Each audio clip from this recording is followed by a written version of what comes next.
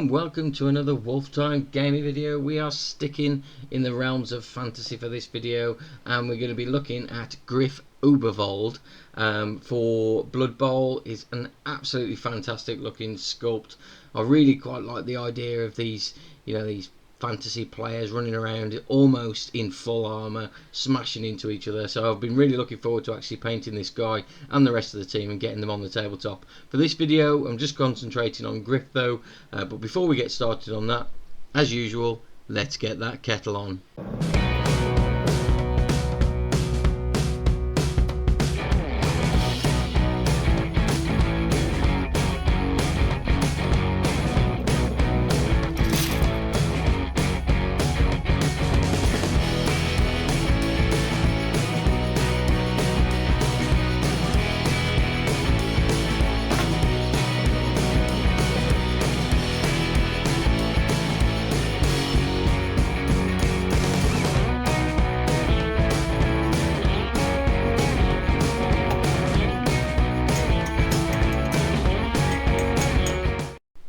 Okay, so let's get started on the painting now. Now the first thing you want to do is give your mini a really nice base coat. I've used Games Workshop's Grey Seer to give a really good spray coat all over the miniature. As you can see, I've already put a little bit of fine sand just on the base as well to save with using any sort of coloured basic material later on, and I can just put some paint straight over the top of this one when we get the rest of the actual miniature painted.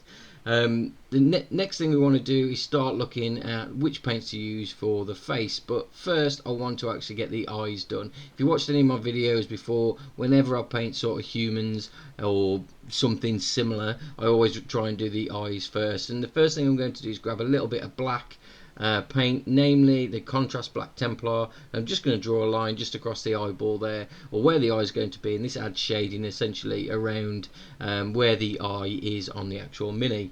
And the second thing I'm going to do is paint the eyeball. Now I'm using a little bit of white paint for this one, and all I'm doing again is drawing a little white line just to the centre of that dark area that we've just painted. And what this does then essentially is put the eye in place, the eyeball in place.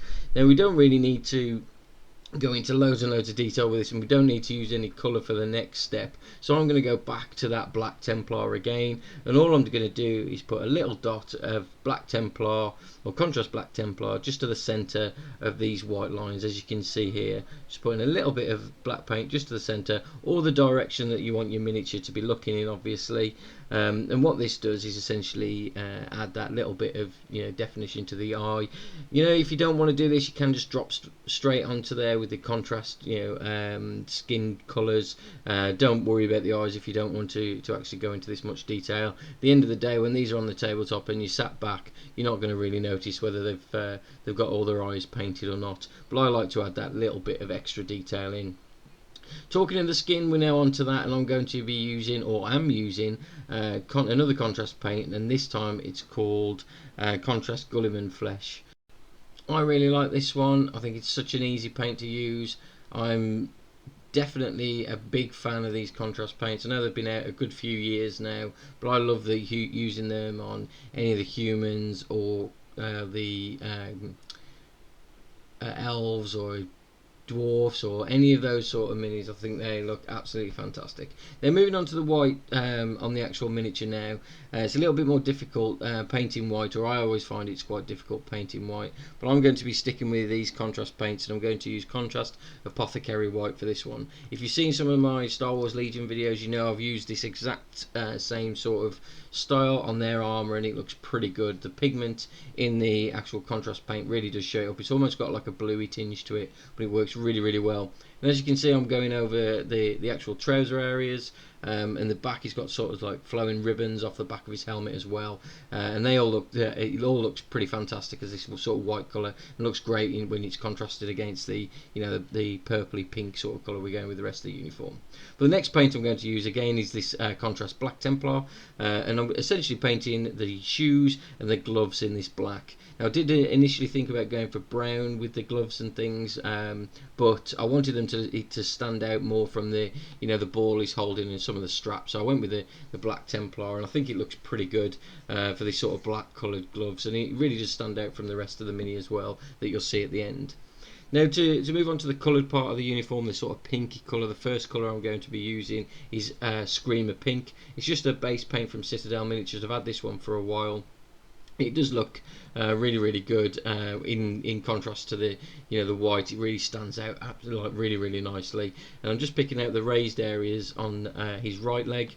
Just taking my time, just not to get it onto those white areas, because the last thing we want to do is go over the top of that white and have to sort of reset that sort of white paint and go back over with a contrast paint a little bit later on. I'm also going to pick out some of the detail on the on his lower legs as well, namely the front and the back, leaving sort of a white stripe down each side, because I think this makes it stand out a lot more.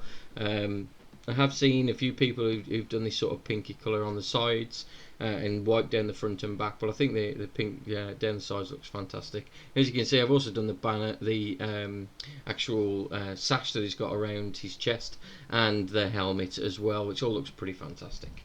Now the next paint I'm using is a brown paint called Contrast Wildwood, and it's just to pick out all the straps essentially. So you've got the belt around his waist, the straps holding some of the armour plating onto his forearms, and also a little bit just around the legs holding the knee pads on as well. The other thing I'm going to pick out now is the actual ball, and I'm painting that with the Contrast Wildwood as well, and I am going to highlight the ball so it does stand out a little bit more later on in the video. But I think it looks good as a really good base to start with. Now moving on to the actual armour painted itself, I'm sticking with the way Games Workshop actually painted theirs, and I'm going with the gold paint called Retributor Armour. Now this is one, if you've seen some of my custode videos, it's sort of the same kind of process I use with the custodes, but in that instance I actually used the Retributor Armour spray and then went over the top with some shades. This time I'm actually painting the Retributor Armour straight over the top. Now this I've never really liked painting a lot of gold, because I always find that you get sort of streaks and things, but so just take your time, water the paint down just a little bit, try not to go straight out the pot. I'm a bit of a terrible one for that, but essentially get over the whole miniature and you get something that looks like this. Now as you can see there, I've started picking out some of the raised areas of the ball to make it stand out a little bit from the rest of the brown strapping and things like that, and I'm just using a Mournfang brown for this one. Now it's quite a light brown. If you just get a little bit on your brush, just wipe the majority of the paint off the brush, not quite dry brushing but almost that, and just picking out those sort of raised areas and the sort of strapping on the actual ball. I can't remember what it's called, like the string that's holding it together essentially. And what this does is make it stand out really nicely. And we can do that while we're waiting for the rest of the miniature to actually dry. And with that we can move on to this next stage, which is essentially adding a little bit of shading to the pink areas, and to do that I'm using a purple sort of shade called Druchii Violet. That's D-R-U-C-H-I-I. It's a bit of a weird spelling, but it's sort of a purpley sort of a shade. But what this does is drop onto this pink really nicely, drops into all those recessed areas, especially around the sash. It looks absolutely fantastic on that flowing area at the back, drops in there really nicely. It doesn't change the colour of the pink too much either. It pulls away from those raised areas and adds a lot of shading and a lot of depth to the miniature without having to make too much effort. It's really good. I quite like using these shades and the combination of the base coats and the shades. I'll do that quite a lot, and I'm going to do exactly the same thing with this Retributor Armour now, but instead of using that the purple colour, I'm going to use Reikland Flesh Shade Gloss for this one. Now this is usually Reikland Flesh Shade is usually a colour I'll use on skin and things like that, but this is the gloss paint, so it gives a real nice shine to it as well, and gives it that sort of metallic feel, especially around the gold, because you find when you paint gold, or I find when I paint gold or silver, it goes very flat very quickly, but adding these shades in really does add definition, especially around the helmet, and around that sort of griffin and its wings that are sat on top of the helmet there. It really adds the definition to the wings itself, and looks really good. Just take your time and get around all that gold areas, try not to make sure it pulls away from any of the majority of the gold as you can. Try and cover the whole mini. And on that then, on to the actual base of the miniature. I'm going with the Rhinox hide. If you've seen the referee video that came out recently, you know that this is pretty simple basing technique that I've used for for the Blood Bowl miniatures, and all I'm doing is sticking Rhinox hide on the base. I'm not highlighting, not doing any more to it than that. Sticking the brown paint down. Doesn't really matter what brown you use, just a dark coloured brown, and then I can go straight in over the top with like a static grass. And that looks pretty fantastic, to be honest. But before we move on to the static grass, I'm just going to actually put some paint around the rim as well. You'll note that I didn't continue that brown onto the base because I really don't like the brown tipped bases. I know a lot of people do that, and a lot of people will paint the whole of the base the colour they wanted to finish as, essentially. But I really like having that black frame around the base. I think it makes the miniature pop really nicely. You will, if you do use the contrast paint for this one, you will need a couple of coats as well, just to give that really nice matte coloured base, black base around there.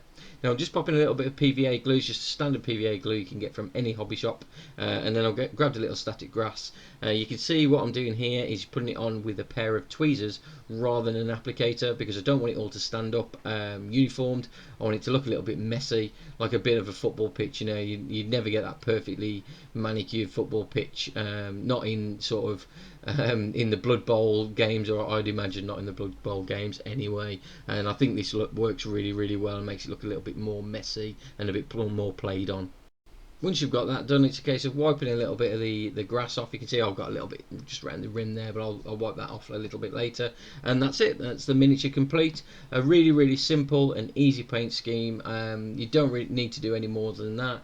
Just using mixtures of the base paints, the contrast paints, and the shades means you can get a really good looking miniature on the tabletop really quickly and get those games in, which is of course the main thing that we're doing this for, isn't it? But thanks for watching, guys. I really do hope you enjoyed that video as much as I've enjoyed making it. Make sure you do hit that subscribe button. I've got loads more content coming your way for Blood Bowl. I've also got lots of Star Wars content that's currently online, but yeah, go and check that out. But thanks for watching, and I'll see you in the next one.